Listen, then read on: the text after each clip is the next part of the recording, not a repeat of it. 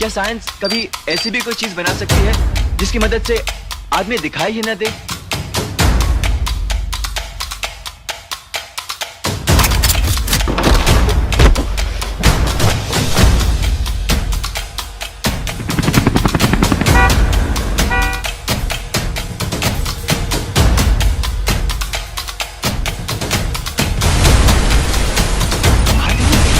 ऐसा फॉर्मूला ये कैसे हो सकता है? स्टीफन किन्जर अमेरिका 50 के दशक का एक रिपोर्टर जिसे एक सुराग मिलता है कि देश की आर्मी और सीक्रेट ऑर्गेनाइजेशन मिलकर कोई बहुत बड़े कारनामे को अंजाम देने वाले हैं। स्टीफन किन्जर इस सुराग का पीछा करते करते पहुंच जाता है CIA के ऑफिस तक। वहां उसे पता चलता है कि ये सीक्रेट ऑर्गेनाइजेशन कोई और नहीं बल्कि अमेरिका की ही इन्वेस्टिगेशन एजेंसी यानी CIA है और वो किसी बड़े कारनामे को अंजाम देने की फिराक में है। स्टीफन इस बारे में और भी ज़्यादा जांच पड़ताल करना चाहता है, पर CIA के अंदर से इंफॉर्मेशन निकाल पाना इतना भी आसान है नहीं। वो किसी तरह करके CIA के अंदर ऑफिस में तो पहुंच जाता है, पर वहां भी उसे कुछ खास इंफॉर्मेशन नहीं मिलती। तो वो कहता है कि उसे सीक्रेट प्रोग्राम M कुल्त्रा के बारे में जानना है। ये सुनते ही वहां के ऑफिसर्स के कान खड़े हो जाते हैं। कुछ पुलिस ऑफिसर्स और गार्ड उसे पकड़कर CIA के ऑफिस के बाहर फेंक आते हैं और उसे धमकाते भी है कि वो इस मामले में छानबीन करना छोड़ दे और इस तरह का कोई भी प्रोग्राम को नहीं चलाए। स्टीफन खड़ा होता है और अपने कपड़े ठीक कर वहां से जाने लगता है। वो समझ जाता है कि अगर वो CIA के इस प्रोजेक्ट के जितना करीब जाएगा उसके जान को और भी ज्यादा खतरा हो जाएगा। उसे एहसास था कि CIA के एजेंट कितने रूथलेस और चालाक हो सकते हैं और इस वक्त वो उनके रेडार में आ चुका था। वही एलन डुल्स जो CIA के हेड ऑफ डायरेक्टर अपनी मीटिंग के दौरान कुछ पेपर्स पर साइन करते हैं और बताते हैं कि वो CIA के एजेंट्स को पहले से भी ज़्यादा पावर मुहैया करने रहे हैं। जो भी करना है करो, हम ये जंग जीतने वाले हैं। इस समय कोल्ड वॉर अपने चरम पर था। अमेरिका की सोवियत यूनियन और उसके बाकी अलाइज से चल रही इस वॉर में अमेरिका अपने सिपाहियों को आगे करने और उन्हें जीतने के लिए हर एक मुमकिन प्रयास कर रहा था। इसी बीच CIA को एक खास जानकारी मिलती है। CIA के साइंटिस्ट जो कि एक केमिस्ट्री और मेडिसिन के माहिर थे, प्रोफेसर सिडनी गॉटलिब, CIA के डायरेक्टर को खबर देते हैं कि चाइना और सोवियत यूनियन हमारे जिन सिपाहियों को पकड़े थे उनसे इंफॉर्मेशन निकलवाने में कामयाब रहे हैं, जिसके कारण वॉर में अमेरिका को बहुत बड़ा नुकसान उठाना पड़ेगा। पर उन्होंने यह इंफॉर्मेशन मात्र मिलिटेंट्स को फिजिकल टॉर्चर देकर नहीं बल्कि उनके दिमाग के साथ खेलकर उन्हें साइकोलॉजिकली टॉर्चर करके निकलवाया है। एक तरह से कहा जाए तो उन्होंने हमारे मिलिटेंट को अपने वश में कर लिया था। इस पर डायरेक्टर एलन डगलस कहते हैं कि उन्हें कुछ समझ नहीं आ रहा, क्या ये किसी तरह का कोई जादू है? इस पर प्रोफेसर गॉटलिब उन्हें बताते हैं कि जो मिलिटेंट चीन के द्वारा वॉर में पकड़े गए थे और वापस आए हैं, उनकी ब्लड रिपोर्ट्स में प्रोफेसर गॉटलिब को बहुत ही बड़ी मात्रा में LSD यानी लाइसर्जिक एसिड डाइथैलेमाइड मिला है। ये केमिकल लेने पर हेलुसिनेशन यानी भ्रम की स्थिति पैदा करती है। आदमी अपने होश में तो रहता है पर उसे खुद भी किसी भी चीज़ की सूझबूझ नहीं रहती।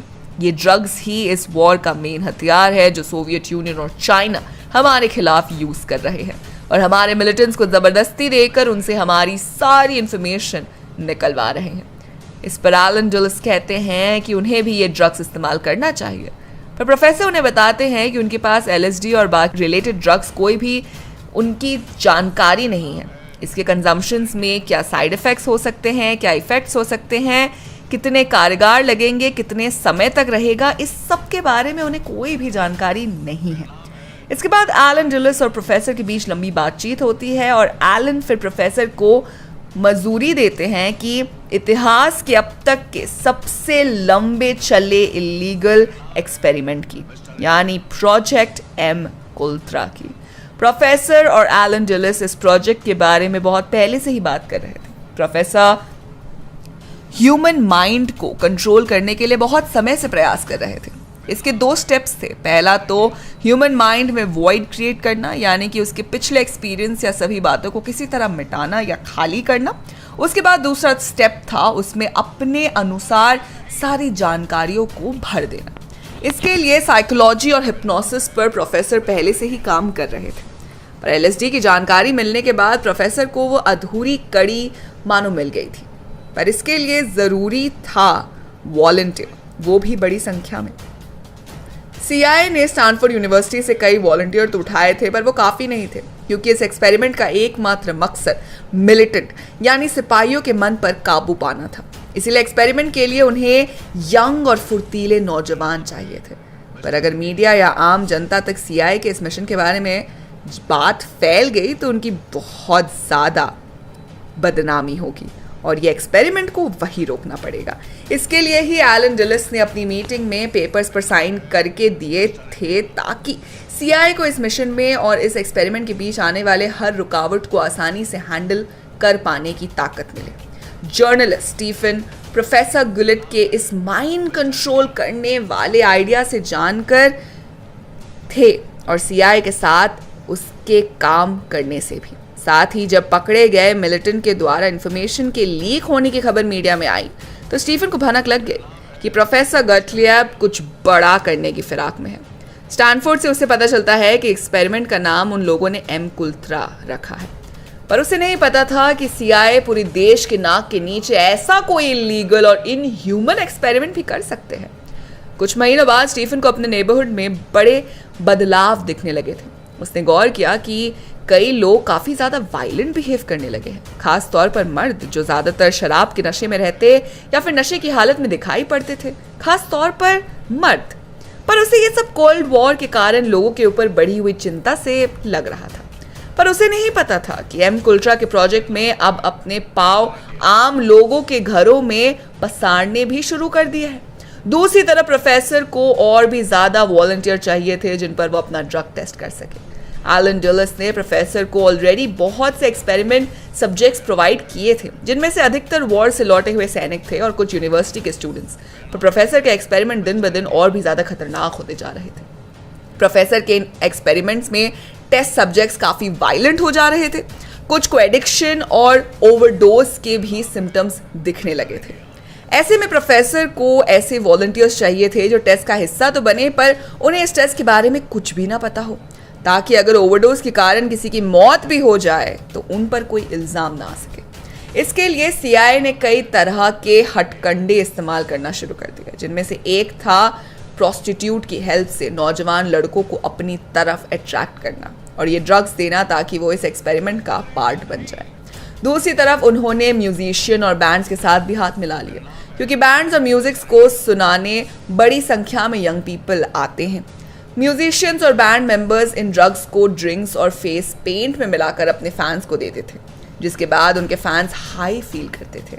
यानी उन्हें जिस तरह के हैलुसिनेशन होते थे उनसे वो अपने सारे स्ट्रेस और पेन को भूल जाते थे और बहुत ही ज़्यादा रिलैक्स्ड या फिर यूँ कहे खुशी की अनुभूति करते थे।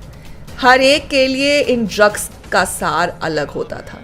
इन ड्रग्स से कुछ हाइपर एक्टिव हो जाते थे तो कुछ का ईगो ही डिसॉल्व हो जाता था।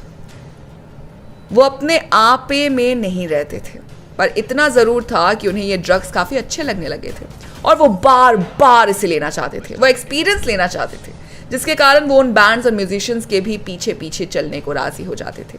अपना घर बार और सब कुछ छोड़कर वो बाज़ारों की तरफ भटकते और बहुत ही ज़्यादा इस एक्सपेरिमेंट और ड्रग्स ने जन्म दिया अमेरिका के हिप्पी कल्चर को, जिसकी राह में कई नौजवान इन ड्रग्स का शिकार अनजाने में ही बन गए थे। और कुछ इस तरह प्रोफेसर गॉटलिब में शामिल हुए अमेरिका के नौजवान। इन सब की खबर स्टीफन को भी लग चुकी थी, पर वो कुछ भी नहीं कर सकता था, क्योंकि खुद सरकार यानी सीआईए ही इन सब के पीछे थी। करीब 20 साल तक ये एक्सपेरिमेंट्स चलते रहे, पर प्रोफेसर गॉटलिब अपने मकसद में कामयाब नहीं हो पाए, जिसके कारण ये एक्सपेरिमेंट को रोकना पड़ा। पर इन सब में अमेरिका के नौजवान इन ड्रग्स की चपेट में आ गए, जो आज तक भी ट्रेंड या फैशन के नाम पर चला आ रहा है। इन सब में कईयों की जानें भी गई, पर गिनता कौन है। लोग बड़ी मात्रा में शराब या अल्कोहल कंजम्पशन करते हैं। नशा करना पार्टी करने का सबसे खास एलिमेंट माना जाने लगा है। कुछ ऐसे ही सामाजिक अभिशाप और इलीगल एक्टिविटी से लड़ते हमें देखने को मिलेंगे मिस्टर इंडिया, जो जल्द ही बड़े पर्दे पर आ सकते हैं। तो दोस्तों आप बताइए कि आप मिस्टर इंडिया 2 के लिए कितने एक्साइटेड हैं। साथ ही अगर आपको वीडियो पसंद आई हो तो इसे लाइक कीजिए, दोस्तों के साथ शेयर कीजिए और फिल्मी दुनिया से जुड़े रहने के लिए सब्सक्राइब कीजिए हमारे चैनल बॉलीग्राड स्टूडियोज को।